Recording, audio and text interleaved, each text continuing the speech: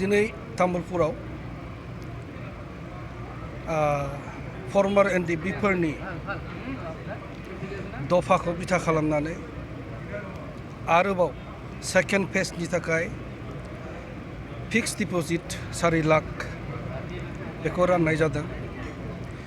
बेवहाय आंखौ लेंहरनायाव आं फैदों। बियो गेदेर प्रग्राम। बेवहाय दिनै 1100नि बारा फर्मार Ndfb बिथांमोननो राननानै होनाय जागोन। अलरेडि रानगासिनो दङ।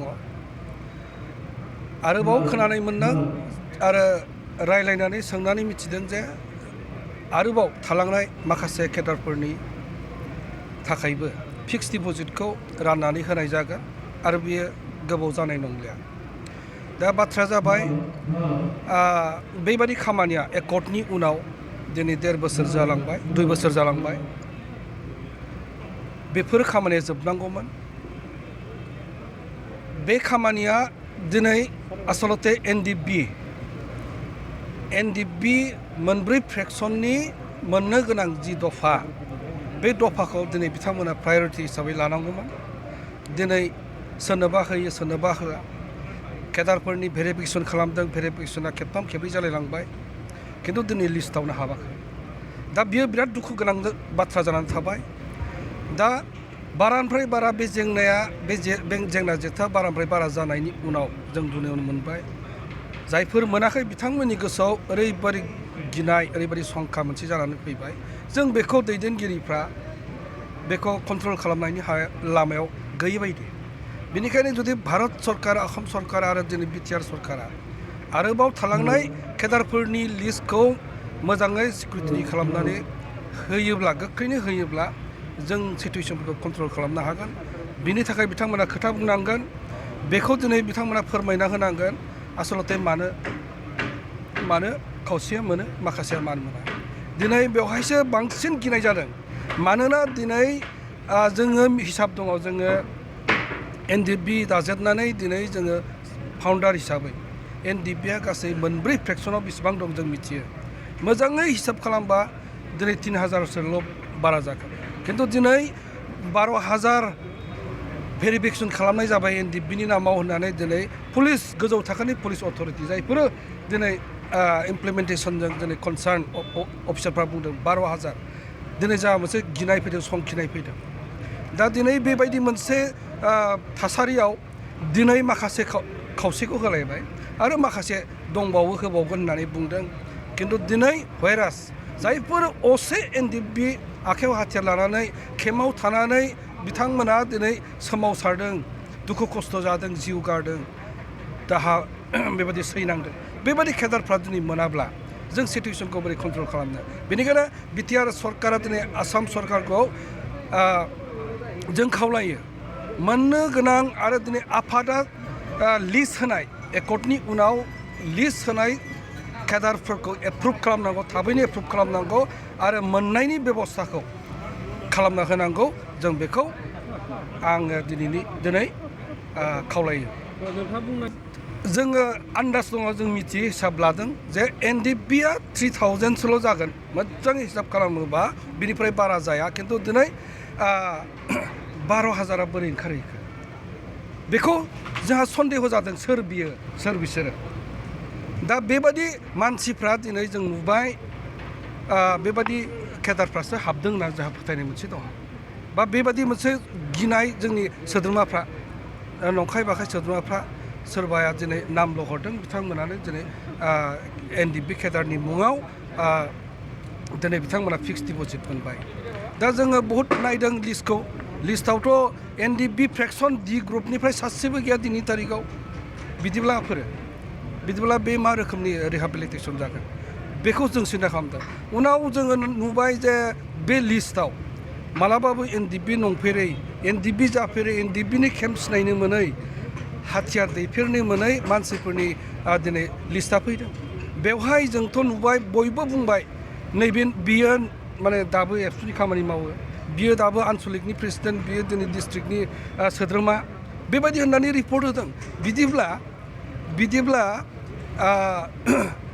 बेफोर बोरै फैखो मानो भेरिफिकेसन जाखो जोंहा दिनै सोरबा बर' गथ'आ एनडिबिनि माने रिहेबिलिटेसन मोननायाव जोंहा बाधा गैया खारन गासैबो बर'फ्रा दिनै दुलाराय बर' फरायसानिफ्राय आरम्भ खालामनानै गासैबो सेक्रिफाइस खालामदों आन्दलन खालामदों बिसोरबो मोननांगौ खिन्थु दिनै सोरबा एबसुनि सोद्रोमाफ्रा मोनोब्ला बिथांमोन बुंमोन एबसुनि भलन्टियार होननानै बुंमोन बेवहाय बाधा गैया खिन्थु दिनै मोनसेबो जानायखौ जों नुनो मोनाखै दासिम फिक्स डिप'जिटसो होदों दासिम फिक्स डिप'जिटसो मोनदों एनडिबिनि सोद्रोमाफ्रा बे थाखाखौ लन लानानैसो माबा मोनसे खालामनो गोसो जादोंमोन खिन्थु नुबाय दिनै बे 3 लाख 2 लाख लन होबाय बे 3 लाख लनजों दिनै बिथांमोना बेबादि परिबेसाव जेबो खालामनो हाया जाय एनडिबि केडारा 34 बोसोर हाग्रायाव थानानै दिनै दुखु खस्थ' खालामदों न' बां गारदोंमोन बिथांमोना दिनै फैनानै माने हाबा हुखा जाबाय न' खालामनो गोनां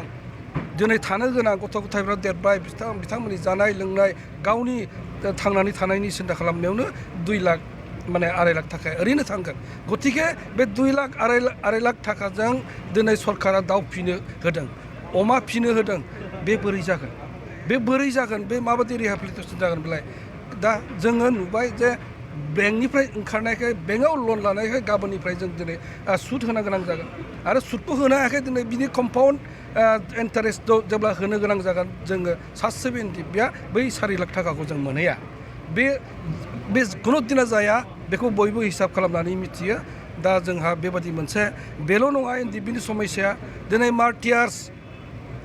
मार्टियार्सफोरखौ जों दिनै हिसाब खालामनानै सरकारनो गथायदों 3,400 जननि बारा मार्टियार्स लिस्ट बेवहाय सिभिल मानसिबो दङ आरो दिनै एनडिबि केडारफोरबो दङ बिथांमोना मोननायनि खामानिखौ जागायदों होननानै आं बुंनो हाया खिन्थु जोङो सिसि बाइनिफ्राय अलरेडि माने गोजौ थाखोनि अफिसारफोरनो गभर्नमेन्टनो गथायबाय जोंनि लिस्टखौबो जों गथायना दोनदों बेनिफ्राय मोनसे बाथ्रा दंबावो जोंहा केसेस बेनो बिराद इम्परटेन्ट बाथ्राबाव जोंनि केडारफ्रा दाबो सामन फैयो दाबो दिनै वारेन्ट फैयो बिथांमोनखौ न'आव नागिरहैयो आरो दिनै मालाबा थानायाव थांनो गोनां जादों मालाबा कर्टआव नुजाहैनो गोनां जादों जोङो दिनै बर' हारिया बर' जाथिया स्पेसियेलि एनडिबिफ्रा जायफोरा हाग्रायाव थादोंमोन बिथांमोनाव थाखा फैसा गैया जों दिनै थानायाव नुजाहैनो हाया कर्टआव जों दिनै एपियार जानो हाया दिनै बेफोरबादि माने बेबादि सामन फैनायखौ जों बुंदों आरो असम सरकारनि मानसिफोरखौ जिहेतु एटलिस्ट जिहेतु एकर्डआ जाबाय बिनिखायनो सामन आरो वारेन्ट फैनो नांला आरो दिनै बेवहाय केसेसफोरखौ उथायनायनि बाथ्रा बुंदों बेखौसो खामानि मावनांगौ बेसो खामानि जानांगौ दिनैनि थारिखआव जोङो खुनु रिपर्ट गैया जों सोंदों सोरनिया उइथड्र जाखो खिन्थु दिनै बिटिआर सरकारानो जा बा दिनै सोरबा पुलिस अथरिटियानो जा बिथांमोना बुंदों माने केसखौ उइथड्र खालामनाय जादों 274 केसेसफोरखौ उइथड्र खालामबाय खिन्थु दिनै सोरनियाव उइथड्र जाखो जोंनि हिसाबाव जोंनि नोजोराव जों मिथिनायाव सासेबो केस उइथड्र जायाखै बे बहानि केस जों मिथिया खिन्थु जोङो मालाबा खोनायो बिराद सिगाङाव थैनानै थांनाय मानसिफोरनि नामा सिखारदों बेवहाय केसेस उइथड्र खालामनायनि बाथ्रा फैदों बेवहाय ओमफ्राय मानो फैदों होनना बुंबा केसेस उइथड्रनि केस बेबायदि आं रिपर्ट मोनदों दिनै तारिखआव खिन्थु दिनै गोथै मानसिफोरनिसो दिनै बिथांमोननि केसखौसो उइथड्र खालामबाय नामा जोंहा बे सोंथि दिनै जों थांनानै थानाय एनडिबि केडारफोरनि दिनै लिस्टआ मानो आउट जाया दिनै केसेसफ्रा मानो उइथड्र जानायनि खुनु मोनसे रिपर्ट गैया आरो दिनै मोनदों होनदों केस उइथड्र जादों सोरनिया उइथड्र जादों बे लिस्टखौथ' होमोन मार्टियार्सफ्रा साबेसे मोनखो थांनाय एसेम्ब्लियाव माने गोथार मोनसे सदनाव जोंनि माखासे एमसिएलएफ्रा सोंदों साबेसेया दिनै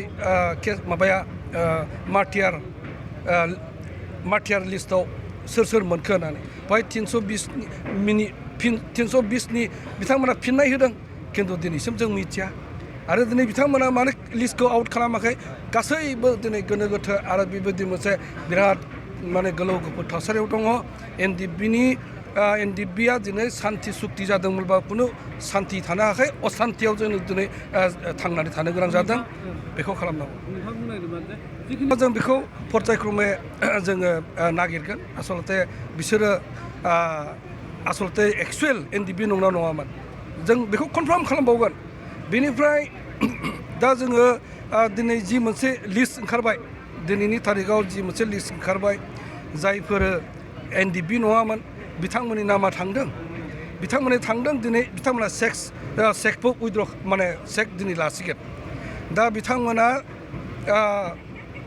बेनिखायनो आं बुंदों जुदि आङो दिनै कुइसन खालामनो नागिरदों दिनै भेरिफिकेसन मानो खालामदों भेरिफिकेसन मा खालामनो थाखाय खालामदों बियो एक्सुवेल एनडिएफबि नंगौना नङा बेखौ फोरमान होनोसो दिनै भेरिफिकेसन खालामदोंमोन खिन्थु दिनै भेरिफिकेसना जादों बे भेरिफिकेसनाव एनडिएफबिआ दिनै केडार हार्डकर हिसाबै लिस्टआव फैयाखिसै सोरबा एनडिएफबि नङै मानसिफोरनि लिस्टआ बोरै फैखो बिनिखायनो आं सानदों आंहा मोनसे फोथायनाय फैबाय जे बै भेरिफिकेसना बै खालामबाय थानाय भेरिफिकेसना सोरबा एनडिएफबि नङै मानसिखौ सोनो थाखायसो भेरिफिकेसन खालामनाय जाबाय नामा